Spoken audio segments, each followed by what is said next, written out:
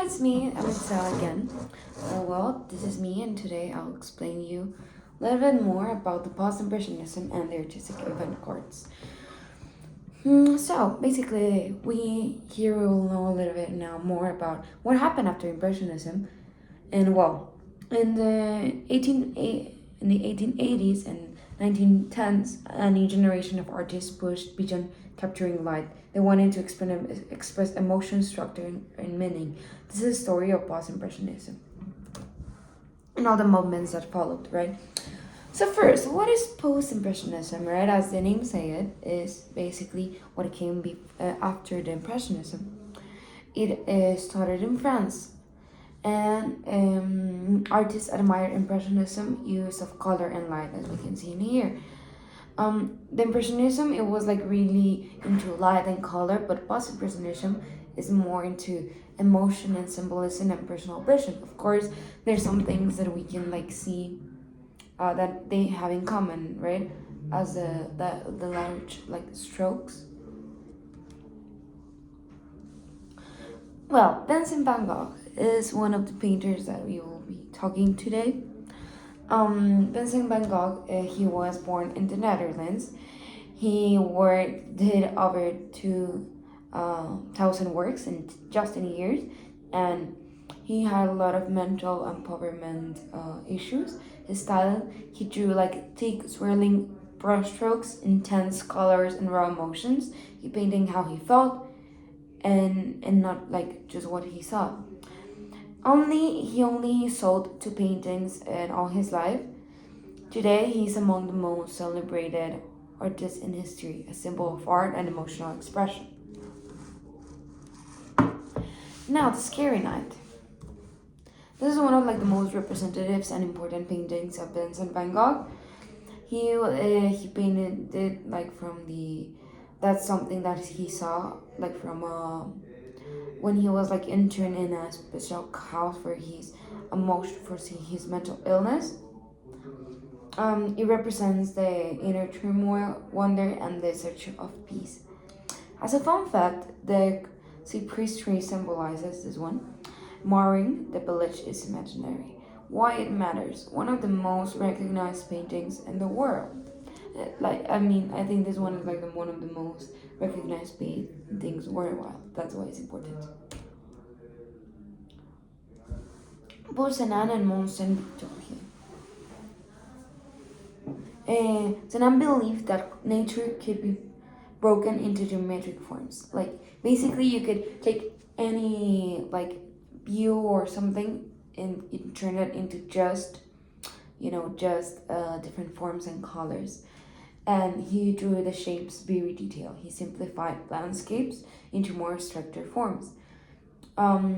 He used to paint things like really warm and cool tones, but like not with just not shadow, but with a lot of depth. Legacy. He is the father of the modern art, and he influenced Cubism. Paul Gauguin. Had a hard time finding like finding him like his face, but this is the best that I could do. Who he was? He was a French stockbroker turned into a painter. Guy, he was like seeking for this like primitive life and art and like something really raw. His style was more into flat areas and unnatural colors and symbolical images. One of his most important works is Where Do I Came From? What Do We Do and What We're Doing? I feel it was a philosophical masterpiece on life, death, and meaning. Harry de Toulouse-Lautrec. He was born in France. He was like an aristocrat. He was defined by the Paris nightlife. It was like one of the things that he mostly wrote about. And he painted dancers, singers, and performers. He he often painted like cabarets and brothels and human condition beneath the glamorous, like as I said, nightlife style. It was like bold outlines, as we can see here, flattened perspective, and poster-like compositions. His iconic work is the Moulin Rouge. It captures the energy and melancholy of Paris nightlife. Modernism and Art Nouveau. This is a new art movement. It started in 1890 and 1910. He swept across Europe with flowing lining, bringing art into everyday life and architecture. As we can see here, this is a great example. Expressionism, the scream.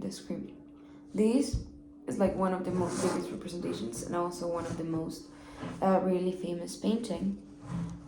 Mm, Expressionism rejected realism entirely. That is wanted to like to distorted color and form to communicate right emotions. They didn't like any realism. Someone very important here was Edvard Munch. He was a Norwegian painter. He was the one that that painted the Scream. And something interesting about him is that he suffered from anxiety and loss. That's like one of the biggest like emotions that we can see in his art. A Scream is a figure on a bridge, overwhelmed by existential dread. Much wrote, I feel a great, intense, infinite scream to nature. Why is this important? It represents universal anxiety, making one of the most iconic images in all art history. Oh, wait. The artistic avant-garde at glance. Futurism celebrated speed, technology, and the machine age, and rejected the past. Dadaism, that we will see more. Born from World War One, the spirit used absurdity and chance to challenge art even means. Bauhaus, German school. It was craft industry shaped modern design and architecture. The Stiljo is also a Dutch movement, is using only horizontal vertical lines and primary colors, pure abstraction. And constructivism, Russian movement celebrating industrial materials and collective purpose. It's like art in the service of society. Now, Dadaism. This broke the traditional rules. This started after the First World War, and it was like, why does art even matter if we're living like this, right? It used randomness, absurdity, and unconventional materials, and it was, and a lot of performance challenged what was the meaning of art, right? Dadaism aimed to reject traditional art and questions logic, reason, and social norms. It was not just like something to be pretty, it was something to have a meaning. And this is Bauhaus. This was German, as I said before. The important in design and architecture, it combined art functionality, promoting simple, modern, and practical designs that influence modern architecture and industrial design worldwide. The studio. This only used like horizontal lines. It was focused on simplicity, abstraction, and harmony. It used straight horizontal and vertical lines along with primary colors, blue, yellow, and natural tones like black, white, and gray. This is a great example. Constructivism. It emerged in Russia around the 1915. It defended that art was a tool for society, focusing on usefulness. Something was useful and supporting the ideas of the Russian Revolution. Its visual characteristics use geometric shapes, bold colors, especially red, black, and white, as we can see here. It has strong lights and industrial materials. And I think that will be all. Thank you so much for listening and, listening to this explanation of different art, art movements, post-impressionism. That will be all. Thank you.